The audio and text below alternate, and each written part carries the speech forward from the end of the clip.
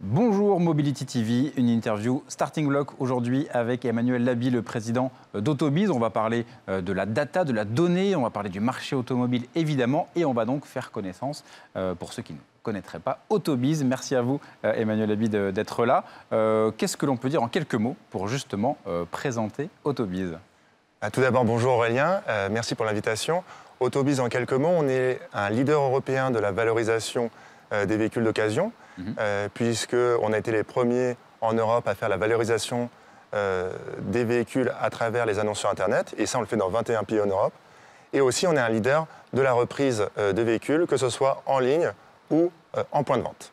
D'accord, et donc du coup l'idée c'est effectivement de valoriser. Qu'est-ce que vous avez pu voir évoluer ces derniers mois? Le marché de l'occasion a énormément bougé, impacté forcément après celui du neuf. Quels sont les enjeux du moment, là, selon vous, de ce que vous observez? Il y a deux enjeux principaux aujourd'hui. Le premier enjeu, c'est celui des volumes et du sourcing. Ouais. Nous, ce que l'on peut voir sur le marché, ce qu'on calcule chez Autobiz, c'est une baisse continue des stocks de véhicules d'occasion mis en vente. Et le corollaire, c'est une augmentation des prix. Traditionnellement, le marché du véhicule d'occasion, c'est un marché dans lequel un véhicule perd de sa valeur dans le temps. Eh bien, depuis plus de 6 mois désormais, les véhicules d'occasion gagnent de la valeur. Et ça, justement, vous pouvez vraiment l'observer en temps réel, quasiment, en tout cas avec des grands volumes. Évidemment, la France, vous l'avez dit, 21 pays en Europe. Donc, du coup, ça permet aussi de vraiment voir, alors il y a évidemment des disparités selon les pays, mais en tout cas, de vraies tendances sur le marché européen. Tout à fait. La tendance française, on la constate dans la plupart des grands pays d'Europe, avec des évolutions un peu différentes selon les pays. Mais c'est vraiment très global puisque c'est lié au manque aujourd'hui de voitures neuves. Oui, c'est ça. Et donc là, vous avez vu les différentes vagues. Il y a eu la ruée vers l'occasion post-premier confinement qui a été avec de très hauts chiffres. Ça a duré pendant plusieurs mois. Ensuite, pour plein de raisons que l'on connaît évidemment, différentes crises, ça s'est tassé. Là, qu'est-ce qui est le plus recherché? C'est forcément l'occasion récente parce qu'on n'a pas pu acheter neuf?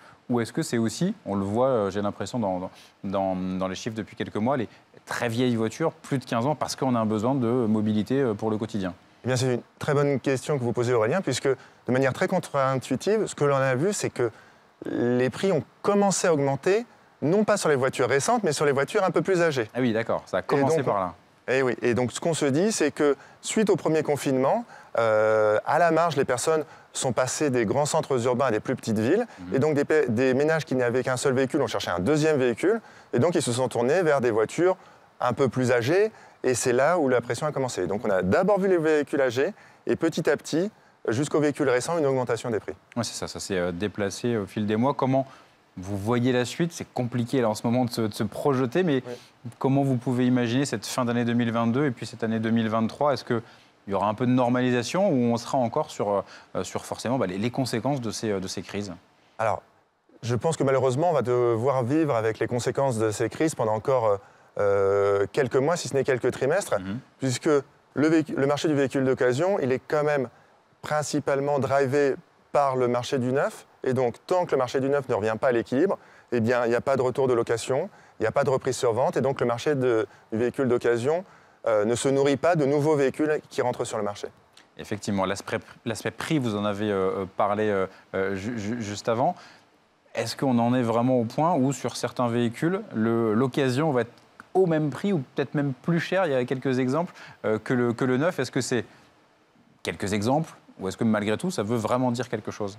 Ah non, ça veut vraiment dire quelque chose, puisque aujourd'hui, on est sur beaucoup, au moins 30% des véhicules d'occasion récents, de moins d'un an, sont désormais au même prix, si ce n'est plus cher que le véhicule neuf, de par l'effet rareté, puisqu'ils sont disponibles, alors qu'un véhicule neuf, vous allez attendre 6 à 12 mois, malheureusement, avant d'être livré. Donc j'ai besoin là maintenant et pas dans 9 mois, donc tant pis, même si c'est une voiture d'occasion récente, je vais l'acheter au prix du neuf. Et ça pourrait, comme vous l'avez dit aussi sur la question précédente, durer encore quelques temps. Ah oui, pourquoi? Puisque aujourd'hui, le marché du véhicule neuf n'est toujours pas régulé. Il y a encore un manque de production et donc des carnets de commandes qui sont remplis avec des gens qui attendent encore longtemps. Donc il faudra d'abord attendre que le marché du neuf redevienne à peu près à son état normal pour qu'on commence à avoir des impacts sur le marché du véhicule d'occasion. Ouais. pour en revenir à votre parcours à vous, Emmanuel Laby, chez Autobiz, pourquoi Autobiz? Et puis, voilà, qu'est-ce qui vous a amené là? Qu'est-ce que vous faisiez avant de devenir justement ce spécialiste de la donnée, d'analyse du marché VO? Eh bien, avant de devenir un spécialiste du marché du véhicule d'occasion, j'étais un étudiant. Ouais. Parce que Autobiz est jusqu'à présent ma seule entreprise. Ça fait 17 ans que j'y suis. Formé au club. Merci. Et j'ai rejoint l'aventure par une petite annonce sur le site de mon université. Donc j'ai rejoint les deux fondateurs et je me suis associé avec eux. D'accord, donc ça s'est fait, À voilà. l'époque, on était que trois. Comme l'achat de voiture, souvent, petite annonce, il y avait peut-être quelque chose de prédestiné. Et en tout cas, sur ce que vous faites aussi au sein d'Autobiz, qu'est-ce que vous voyez comme perspective de développement? Quel type de données vous pouvez aussi aller regarder? Est-ce que vraiment vous restez sur un focus, une spécialisation sur le marché de l'occasion? Ou est-ce qu'il y a, avec les véhicules connectés, d'autres types de données, etc., peuvent arriver? Et c'est des choses que vous pouvez adresser? Oui, c'est quelque chose qu'on peut adresser. Les véhicules connectés, les véhicules aussi électriques, Oui. qui ont un effet important sur le marché de l'occasion. Et comme je vous l'ai dit en introduction, on est aussi sur la question de la reprise.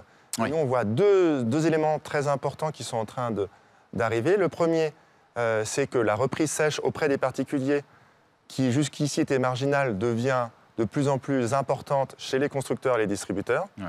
Et la deuxième chose, c'est que la question de la reprise devient de plus en plus sensible et centrale dans la nouvelle distribution, puisque avec les réseaux qui, pour beaucoup de marques, vont passer du statut de concessionnaire à celui d'agent, la façon de reprendre une voiture, une fois que ce n'est plus le concessionnaire, mais le constructeur qui fait la vente, change assez fondamentalement. Et donc, c'est beaucoup de choses assez intéressantes pour nous à voir dans le futur. Et c'est vrai que ça, c'est une grande transformation, évidemment, dans le secteur automobile qui est en train de se faire. Vous, concrètement, comment vous pourriez l'accompagner? Quel type d'accompagnement vous pourrez apporter pour faciliter ces évolutions? Alors, le premier, c'est que pour la vente 100% en ligne, tous les constructeurs en Europe aujourd'hui qui proposent de la vente 100% en ligne ont un module de reprise de prix garanti. Et dans 9 cas sur 10, nous sommes le fournisseur de ce module de prix garanti en ligne. Et la deuxième chose sur laquelle aujourd'hui on travaille, avec déjà 2 constructeurs qu'on a signés, et on attend beaucoup d'autres, c'est la reprise garantie en agence, puisque dans le nouveau modèle de distribution, l'agent n'est plus obligé de proposer une offre de reprise, et donc c'est au vendeur final, dans les futurs modèles, le constructeur, qui doit proposer cette offre, et nous, on mène ce projet-là et on construit l'offre avec le constructeur. Est-ce que vous avez l'impression que chez certains constructeurs, c'est déjà bien avancé, on sait où on va, d'autres sont un peu entre deux eaux, de se positionner justement, trouver le bon équilibre entre la présence, concessionnaire ou agent, et puis l'aspect en ligne qui se développe également, qui peut peut-être aussi attirer un nouveau public? Vous sentez qu'il y a des différences selon les constructeurs? Certains sont plus avancés que d'autres? Oui, et puis tout à fait, et c'est lié au fait que certains constructeurs ont décidé déjà depuis 2 à 3 ans de faire ce passage-là. Oui. Donc, ils sont de fait plus avancés. On peut citer Mercedes, on peut citer Stellantis, qui ont lancé très en amont leur volonté. D'autres constructeurs viennent de décider, ont décidé il y a quelques mois, et de fait, ils ont un tout petit peu de chemin à faire pour arriver à ce niveau-là, mais ils y arrivent très vite. Oui, c'est ce que vous constatez également. Et pour revenir sur le marché de l'occasion, est-ce que là aussi, il y a une sorte de délai entre le moment où je me dis qu'une voiture d'occasion, je vais la trouver assez vite, ça va se faire... Est-ce que là, finalement, là aussi, conséquence de ce qui se passe sur le marché du neuf, c'est plus long maintenant d'arriver à trouver sa voiture d'occasion?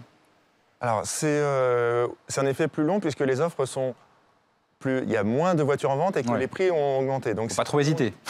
En revanche, quand vous êtes vendeur, c'est intéressant parce que votre voiture part beaucoup plus vite et se vend beaucoup plus vite que par le passé. Mais quand vous êtes acheteur, en effet, aujourd'hui, ce qu'on voit, c'est surtout que les consommateurs, malheureusement, viennent avec un budget, une volonté, et que de plus en plus, ils doivent se rabattre sur une voiture un peu plus kilométrée ou un peu plus âgée que ce qu'ils souhaitaient avoir par le passé, ou quand ils ont commencé la recherche. Effectivement, ça évolue vite. Et un petit mot rapide également sur l'électrification. On sait qu'évidemment, sur le marché de l'occasion, pour l'instant, c'est le tout début. Mais malgré tout, là aussi, c'est des choses que vous regardez de près? Oui, c'est quelque chose qu'on regarde de près, puisque ça a un vrai effet sur le marché. Un des effets, c'est que ce qui devient important, c'est moins le kilométrage du véhicule que la capacité de la batterie. Parce qu'on sait que, comme n'importe quelle batterie, une batterie de véhicule, à travers le temps, elle perd son maximum baisse, et c'est très important désormais de savoir où elle est. Et on travaille bien sûr sur ce sujet-là. Eh bien, parfait, ça fera partie des sujets, évidemment, qu'on continue à suivre de près sur nos différents formats sur Mobility TV. Merci à vous, Emmanuel Haby, Autobiz, d'être venu sur notre plateau, et à très bientôt.